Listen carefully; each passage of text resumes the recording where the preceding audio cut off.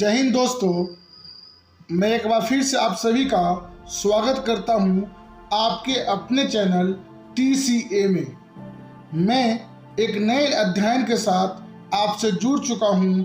यह series class 11th के लिए है और लेसन नंबर 4 जिसका नाम है कार्यपालिका। आशा करता हूं आप सभी को यह समझ में आएगा। चलिए शुरू करते हैं नोट्स के साथ, क्वेश्चंस के साथ, ताकि आपको आसान भाषा में समझ में आ जाए। कार्यपालिका सरकार के अंगों का सबसे महत्वपूर्ण अंग है। ये तीनों अंग जो होते हैं, कार्यपालिका, विधान पालिका और न्यायपालिका, ये तीन अंग होते हैं सरकार चलाने के। इन तीनों में से दूसरा अंग कार्यपालिका कहलाता है, जो बहुत महत्वपूर्ण है। तो शुरुआत करते हैं क्वेश्चन के माध्यम से। क्वेश्चन नंबर 1 है कि कार्यपालिका किसे कहते हैं। देखिए, कार्यपालिका सरकार के तीनों अंगों में से दूसरा अंग कार्यपालिका है। कार्यपालिका ही विधायक द्वारा पारित कानूनों को लागू करती है। पारित का मतलब होता है पास होना, जिसे कार्यपालिका कहते हैं। और यहाँ पे गवर्नर लिखा हुआ है, यहाँ पे खुद पढ़ लीजिएगा। ये परिभाषा दोनों में से कोई एक याद करना है। क्वेश्चन नंबर 2 पे आते हैं, भारतीय राष्ट्रपति का चुनाव कैसे होता है। तो भारतीय राष्ट्रपति का चुनाव एक निर्वाचन मंडल के द्वारा किया जाता है। इसमें संसद के दोनों सदनों के निर्वाचित सदस्य तथा राज्यों की विधान सभाओं के निर्वाचित सदस्य भाग लेते हैं। यह चुनाव एक विशेष विधि से होता है। इसे एकल संक्रमणीय मतदान प्रणाली भी कहते हैं। यह एक गुप्त मतदान होता है। कैसे होता है बाद में समझा दूंगा आपको मैं, जब एग्जाम आएगा। क्वेश्चन नंबर 3 है, भारत के प्रधानमंत्री की नियुक्ति कैसे की जाती है। तो प्रधानमंत्री की नियुक्ति राष्ट्रपति करता है। राष्ट्रपति द्वारा उसी व्यक्ति को प्रधानमंत्री नियुक्त किया जाता है जो लोकसभा में बहुमत प्राप्त दल का नेता होता है। यदि किसी भी राजनीतिक दल लोकसभा में पूर्ण बहुमत से प्रधानमंत्री को लाता है, तो उसी दल के नेता का प्रधानमंत्री का पद संभालता है। देखिए, उदाहरण के तौर पे क्या होता है कि भारत में चुनाव किया जाता है और जो सबसे ज्यादा सीट जो पार्टी लेके आती है, जो पार्टी सीट जीतती है, उसी पार्टी के जो प्रमुख नेता होते हैं, उसी को प्रधानमंत्री बनाया जाता है। अब आते हैं क्वेश्चन नंबर 4 पे, भारत के राष्ट्रपति से संबंधित प्रधानमंत्री के किन 3 कानूनों या कार्यों की विवेचना कीजिए। कार्य है, यहाँ पे कारण गलत लिख दिया है, तो आंसर देखिए, भारत के राष्ट्रपति से संबंधित प्रधानमंत्री के 3 कार्य निम्नलिखित हैं। पहला, प्रधानमंत्री द्वारा तैयार की गई मंत्रियों की सूची के आधार पर ही राष्ट्रपति मंत्री की नियुक्ति करता है, या मंत्रिमंडल भी कह सकते हैं। दूसरा, प्रधानमंत्री लोकसभा का निश्चित कार्यकाल समाप्त होने से पहले राष्ट्रपति उसे भंग करने का परामर्श दे सकता है। कार्यकाल कितने वर्ष का होता है प्रधानमंत्री का? 5 वर्ष का। उससे पहले भी वो अपने पद को इस्तीफा दे सकता है, पद से इस्तीफा दे सकता है। राष्ट्रपति को वह समय समय पर मंत्रिमंडल द्वारा किए गए निर्णय एवं देश में हुए महत्वपूर्ण घटनाओं के प्रति मंत्रिमंडल के दृष्टिकोण से परिचित करवाता है। आगे आते हैं क्वेश्चन नंबर 5, भारत में वास्तविक कार्यपालिका कौन है। देखिए, थोड़ा समझ लीजिए कि भारत में भारतीय संविधान के अनुसार सारी शक्तियां राष्ट्रपति को दी गई हैं, परंतु उसके नाम पे यानी उसकी शक्तियों का प्रयोग प्रधानमंत्री तथा उसके मंत्रिमंडल कहते हैं। देखिए, यहाँ लिखा हुआ है, भारत में संसदीय लोकतांत्रिक शासन प्रणाली है। इसमें केंद्र स्तर पर प्रधानमंत्री तथा मंत्रिमंडल कार्यपालिका है तथा राष्ट्रपति नाम मात्र कार्यपालिका है। राष्ट्रपति समानता केंद्रीय मंत्रियों की सलाह मानने के लिए बाध्य है। इसी तरह राज्य स्तर पर मुख्यमंत्री तथा उसकी मंत्रिमंडल वास्तविक कार्यपालिका है। आगे आते हैं क्वेश्चन नंबर 6 की तरफ। बहुल कार्यपालिका का क्या अर्थ है। जब कार्यपालिका शक्तियों का प्रयोग एक व्यक्ति या समूह के बजाय अनेक व्यक्तियों के समूह के द्वारा किया जाता है और प्रत्येक बराबर श्रवण होता है उसे ही कार्यपालिका या बहुर कार्यपालिका कहते हैं। बहुर कार्यपालिका जो भारत में अनेक कार्यपालिका दिया गया। आगे आते हैं क्वेश्चन नंबर 7 पे। भारत के राष्ट्रपति की स्थिति का वर्णन कीजिए। भारत का राष्ट्रपति एक प्रमुख है। राष्ट्रपति को प्रति माह 5 लाख वेतन के रूप में प्राप्त होता है। वेतन नहीं, इसे हम सेवा भी कह सकते हैं, है ना। तो वेतन तो कर्मचारी को प्राप्त होता है ना, ये तो कर्मचारी है नहीं, लेकिन इसे सेवा कह सकते हैं। तथा उसे अनेक भत्ते भी दिए जाते हैं। संविधान के अनुसार शासन की शक्तियों का प्रयोग उसे ही की दी गई है, परंतु वास्तव में उसकी सभी शक्तियों का प्रयोग उसके नाम पर मंत्रिमंडल कर सकता है। वह अपनी इच्छा से कोई काम नहीं करता, वह वही करता है जो मंत्रिमंडल उसे करने को बोलते हैं। वह राज्य का प्रधान तो है, परंतु कार्यपालिका का प्रधान नहीं।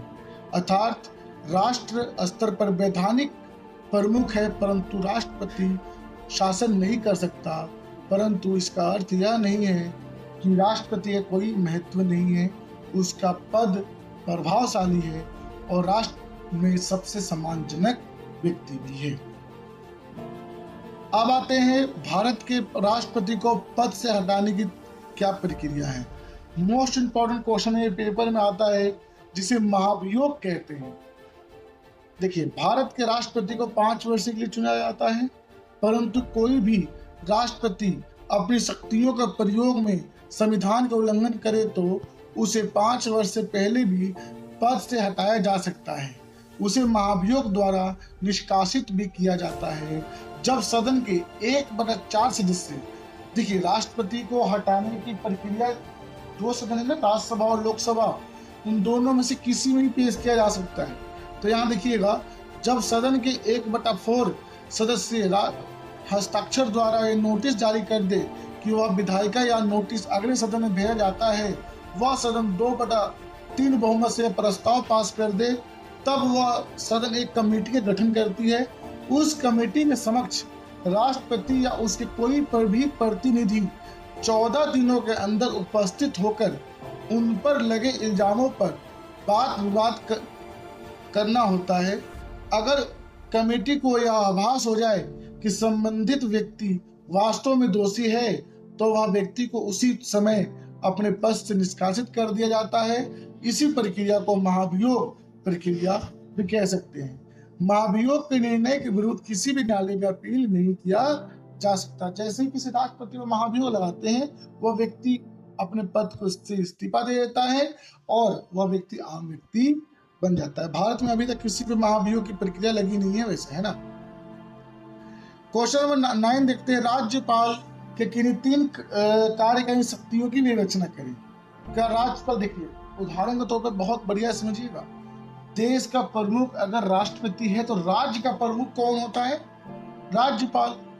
जैसे देश में कोई भी नियम और कानून बनते हैं तो प्रधानमंत्री राष्ट्रपति को समय से अवगत कराते हैं। अवगत कराना मतलब होता है बताना, अभी बताया मैंने ऊपर। वैसे ही राज्य में कोई भी कानून नियम बनाते हैं तो मुख्यमंत्री समय समय पर राज्यपाल को अवगत कराते हैं। ऐसे समझ सकते हैं कि राज्यपाल प्रधानमंत्री का परछाई, राष्ट्रपति का परछाई, माफ कीजिएगा, प्रधानमंत्री। देखिए, वह मुख्यमंत्री के सलाह पर अन्य मंत्रियों की नियुक्ति करता है। राज्यपाल मुख्यमंत्री का भी नियुक्ति करता है। वह राज्य में राष्ट्रपति शासन लागू करने के लिए सिफारिश भी करता है। आगे आते हैं, राज्यपाल की कोई 3 विधायी शक्तियां क्या हैं। देखिए, वह राज्य विधानमंडल का अधिवेशन बुलाता है। अधिवेशन मतलब होता है बुलाना। जैसे कि कोई भी विषय पर वाद विवाद उत्पन्न होता है तो राज्यपाल सभी मंत्रियों को, मतलब राज्य के मंत्रियों को बुलाकर अपने पास बात विवाद करते हैं तथा उसे स्थगित करता है। वह राज्य विधानमंडल द्वारा पास किए गए बिलों को स्वीकृत देता है। यह तीसरा है, वह विधानसभा कार्यकाल समाप्त भी कर सकता है। आगे आते हैं क्वेश्चन नंबर 11, बहुत इंपॉर्टेंट है कि राष्ट्रपति को कौन कौन सी शक्तियां प्राप्त हैं। राष्ट्रपति भारत का सबसे सम्मानजनक व्यक्ति है जिसका चुनाव एकल संक्रमणीय मतदान प्रणाली से होता है। मैंने बताया था पहले, जिसके कार्यकाल 5 वर्ष का होता है। राष्ट्रपति देश का उच्चतम न्यायालय के न्यायाधीश पदभार देते हैं। मतलब राष्ट्रपति को शपथ कौन दिलवाता है? उच्चतम न्यायालय के न्यायाधीश। राष्ट्रपति को प्रति माह 5 लाख वेतन के रूप में प्राप्त होता है, जिसके अनेक भत्ते या सुविधा भी दिए जाते हैं। राष्ट्रपति को 2 शक्तियां प्राप्त है, एक शांतिकालीन शक्तियां, दूसरा आपातकालीन शक्तियां। अब आते हैं पहले शांतिकालीन शक्तियां। यहाँ पे 7 शांतिकालीन शक्तियां प्राप्त है। पहला है कार्यपालिका का वैधानिक प्रधान, सेना संबंधी शक्तियां, विदेशी शक्तियां, प्रशासनिक शक्तियां, नियम बनाने संबंधी शक्तियां, विधायी शक्तियां, वित्तीय शक्तियां। तो पहला है कार्यपालिका का वैधानिक प्रधान। देखिए, राष्ट्रपति देश का कार्यपालिका का वैधानिक प्रधान है। वह इस नाते बहुत सी महत्वपूर्ण नियुक्तियां करता है। वह प्रधानमंत्री की नियुक्ति करता है और प्रधानमंत्री के कहने पर दूसरे मंत्रियों की भी नियुक्ति करता है, तथा उच्च न्यायालय की मुख्य न्यायाधीश, राज्यों की राज्यपाल, संघीय लोक सेवा आयोग तथा चुनाव आयोग, वह राजदूतों आदि सभी की भी नियुक्ति का अधिकार उसे प्राप्त है। दूसरा आते हैं सेना संबंधी शक्तियां। राष्ट्रपति तीनों सेनाओं का सर्वोच्च सेनापति होता है। वह सशस्त्र सेनाओं को कानून के अनुसार कोई भी आदेश दे सकता है। वह देश में राज व्यवस्था भी कायम कर सकता है। आप देखते हैं ना, 26 जनवरी को जो सलामी मंच पे राष्ट्रपति खड़े होते हैं और देश के सभी जो सेना होते हैं उन्हें सलाम करते हैं। तीसरा है विदेशी शक्तियां। विदेश में राजदूतों को नियुक्ति करना तथा विदेशों के राजदूतों को प्रमाण पत्र को स्वीकृति देना भी राष्ट्रपति का अधिकार है। प्रशासनिक शक्तियां। प्रधानमंत्री से प्रशासन संबंध में सभी प्रकार की जानकारी प्राप्त करना राष्ट्रपति का अधिकार है। प्रधानमंत्री भी समय समय पर राष्ट्रपति को देश में हुए घटनाओं के बारे में अवगत कराता है। आगे आते हैं नियम बनाने संबंधी शक्तियां। राष्ट्रपति को शासन से संबंधित मामलों में नियम तथा उपनियम बनाने का अधिकार है। केंद्रीय सेवाओं, नियंत्रण, महालेख परीक्षा के कार्य, संसद के दोनों सदनों से संयुक्त अधिवेशन, उच्चतम न्यायालय के कर्मचारियों की नियुक्ति संबंधित नियम राष्ट्रपति ही बनाता है। आगे आते हैं विधायी शक्तियां। राष्ट्रपति को संविधान के अनुच्छेद के अनुसार विधायी शक्तियां प्राप्त है, जो इस प्रकार है। पहला, लोकसभा को कार्यकाल पूरा होने से पूर्व ही उसे भंग कर सकता है। दूसरा, राष्ट्रपति संसद के अधिवेशन बुलाता है। तीसरा, धन विधायक राष्ट्रपति के पूर्व स्वीकृति से ही संसद में पेश किया जाता है।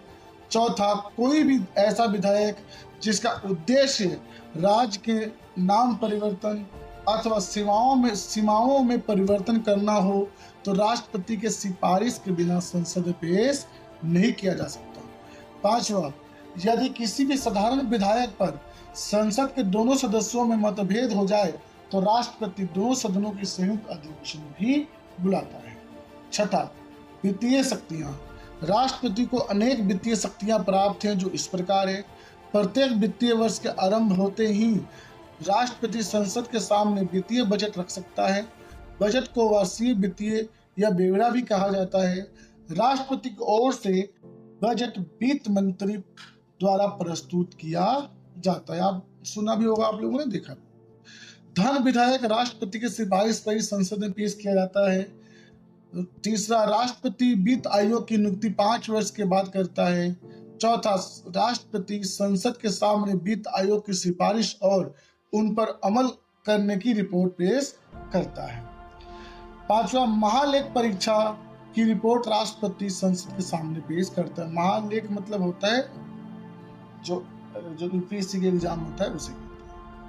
अब आते हैं राष्ट्रपति की आपातकालीन शक्तियां। देखिए, आपातकाल 3 रूप से लगाया जाता है देश में। पहला, राष्ट्रीय आपातकाल। दूसरा, राजकीय मतलब राज्य में आपातकाल। तीसरा, वित्तीय आपातकाल। वित्तीय मतलब होता है पैसा। तो देखिए, राष्ट्रीय आपातकाल, बाहरी आक्रमण, आंतरिक सशस्त्र विद्रोह की आशंका उत्पन्न होने, यदि राष्ट्रपति को इस बात का विश्वास हो जाए कि भारत या उसके किसी भाग की सुरक्षा युद्ध, विदेश आक्रमण या आंतरिक सशस्त्र विद्रोह के कारण खतरे में है, तो वह संविधान के अनुच्छेद 352 के अंतर्गत आपातकालीन घोषणा कर सकता है। उद्घोषणा आप खुद पढ़ लेना। उद्घोषणा मतलब होता है जब आपातकाल लगता है तो प्रभाव क्या क्या होता है, ये आपकी जानकारी के लिए पेपर में नहीं आता। तीसरा है राजकीय आपातकाल। राज्यों में संवैधानिक सरकार की विफलता के कारण राज्यपाल के द्वारा दी गई सूचना अथवा किसी भी सूत्र से यह आभास हो जाए कि राज्य का शासन संविधान के अनुसार नहीं चलाया जा रहा है, तो राष्ट्रपति उस समय राज्य में अनुच्छेद 356 के अंतर्गत संवैधानिक आपातकाल की घोषणा कर सकता है और राष्ट्रपति शासन लागू हो जाता है। इसका भी उद्घोषणा आप स्वयं पढ़ लेना, ये जानकारी के लिए। उद्घोषणा का मतलब होता है उसके अंदर क्या क्या प्रभाव होता है। वित्तीय आपातकाल, जब राष्ट्रपति को यह विश्वास हो जाए कि भारत की किसी भी वित्तीय शाखा खतरे में पड़ गई है, तो संविधान के अनुच्छेद 307 के तहत वह देश में वित्तीय आपातकाल लगा सकता है। यह घोषणा 2 महीने के लिए होती है। उद्घोषणा आप स्वयं पढ़ लीजिएगा। आगे आते हैं, राष्ट्रपति के विशेष अधिकार कौन कौन से हैं? तो राष्ट्रपति के संविधान के अनुसार महत्वपूर्ण अधिकार दिए गए हैं, जिनमें कुछ विशेष अधिकार निम्नलिखित हैं। निम्नलिखित जगह आप अगर लिखित भी कर सकते हैं, नया वर्ड है, अपडेट है। दूसरा, पहला है निर्णयों पर पुनर्विचार, वीटो की शक्ति और प्रधानमंत्री की नियुक्ति का अधिकार। निर्णयों पर पुनर्विचार मतलब होता है दोबारा से विचार करना। देखिए, राष्ट्रपति को यह अधिकार होता है कि मंत्रिपरिषद को अपने प्रस्तावित निर्णय पर पुनर्विचार करने को कह सकता है। यदि राष्ट्रपति को महसूस या आभास हो जाए कि इस निर्णय में कुछ गलत है, मतलब जब कोई संसद कोई कानून बनाता है तो लागू होने से पहले राष्ट्रपति के पास जाता है। अगर राष्ट्रपति को यह आभास हो जाए कि यह कानून कुछ गलत तरीके से बनाया गया है या उसमें कुछ कमी है, तो इस प्रस्ताव को पुनर्विचार के लिए वापस लौटा देता है। वीटो की शक्ति, वीटो मतलब होता है मना करना। वीटो का तात्पर्य क्या होता है? मना करना। संसद द्वारा पारित प्रत्येक विधेयक को कानून बनने से पहले राष्ट्रपति की स्वीकृति हेतु भेजा जाता है। राष्ट्रपति धन विधेयक को छोड़कर बाकी सभी विधेयकों पर अपनी स्वीकृति प्रदान करने में निलंबित या कर सकता है। संविधान में राष्ट्रपति के लिए कोई भी निश्चित समय या निर्धारित नहीं किया गया है। इनमें उसे विधेयक पर पुनर्विचार हेतु लौटाना पड़े तो वह विधेयक को अपने पास निलंबन के लिए रख सकता है। राष्ट्रपति को यह विशेष अधिकार को पॉकेट वीटो अथवा वीटो भी कहा जाता है। प्रधानमंत्री की नियुक्ति का अधिकार, प्रधानमंत्री की नियुक्ति औपचारिक रूप से राष्ट्रपति के द्वारा किया जाता है। वैसे तो संसद व्यवस्था में लोकसभा में बहुमत दल के नेता को प्रधानमंत्री के रूप में नियुक्त किया जाता है, इसलिए उसे नियुक्ति करने में राष्ट्रपति का विशेष महत्व होता है। अब आते हैं भारत में राष्ट्रपति बनने के लिए उम्मीदवार क्या क्या है, बहुत इंपॉर्टेंट है, क्या क्या योग्यताएं रखती हैं राष्ट्रपति बनने के लिए, ये आपके पेपर में आता है। पहला, वह भारत का नागरिक हो। दूसरा, वह 35 वर्ष की आयु पूरी कर चुका हो। तीसरा, वह लोकसभा का सदस्य बनने का योग रखता हो। चौथा, वह केंद्र तथा राज्य के अधीन किसी भी लाभदायक पद पर ना हो। पांचवा, वह संसद किसी सदन का हिस्सा ना हो और उसे चुनाव लड़ने के लिए 15,000 रुपए जमानत के रूप में भरने होते हैं। आगे आते हैं, पांचवा, 5 जून 1997 के संशोधन के अनुसार नामांकन पत्र पर 50 निर्वाचन मंडलों के सदस्यों का हस्ताक्षर होना चाहिए था, अर्थात 50 सदस्यों द्वारा प्रस्तावित तथा 50 सदस्यों द्वारा अनुमोदित होना चाहिए। ये सब मैं समझाऊंगा, अनुमोदित क्या होता है, निर्वाचन क्या होता है, प्रस्तावित क्या होता है, सब अलग से टॉपिक्स हम बनाएंगे, मैं फिर समझाऊंगा। आगे आते उपराष्ट्रपति के लिए उम्मीदवार, सेम प्रोसेस है इसका भी। वह राष्ट्रपति का वो भारत का नागरिक हो, वह राज्यसभा द्वारा सदस्य चुने जाने की योग्यता रखता हो, किसी भी सदन अथवा राज्य विधानसभा का उपराष्ट्रपति हो तो उसे त्याग पत्र देना होता है। वह सरकार द्वारा किसी भी संघ सरकार के अधीन लाभदायक पद पर ना हो। उसे जमानत के तौर पे 15,000 रुपये जमा करवाना पड़ता है और उसे 20 प्रस्तावित तथा 20 ही अनुमेय की आवश्यकता होती है। अब आते क्वेश्चन नंबर 13, बहुत इंपॉर्टेंट है कि प्रधानमंत्री सरकार की धुरी कील है, टिप्पणी कीजिए। बहुत इंपॉर्टेंट है। या भारतीय संविधान में प्रधानमंत्री एकात्मक शक्ति है, वर्णन कीजिए। अथवा भारत सरकार में प्रधानमंत्री की स्थिति पर प्रकाश डालिए। बहुत इंपॉर्टेंट है, पेपर में आता है आपके, तो देखिएगा। देश के शासन में प्रधानमंत्री की स्थिति बहुत ही महत्वपूर्ण है। वह न केवल मंत्रिमंडल का नेता होता है, बल्कि लोकसभा तथा सारे राष्ट्र का भी नेता होता है।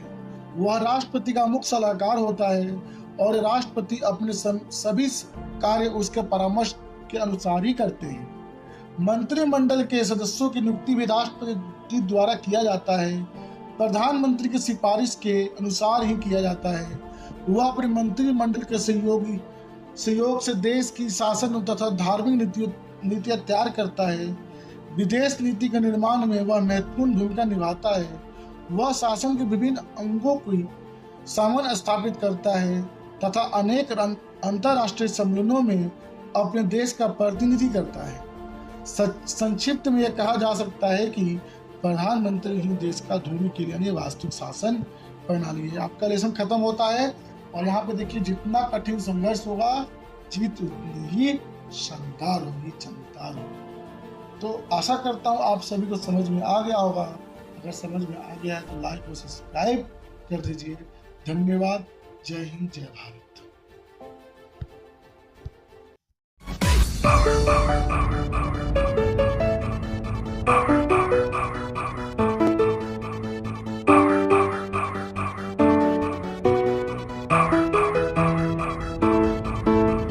DJ Khaled.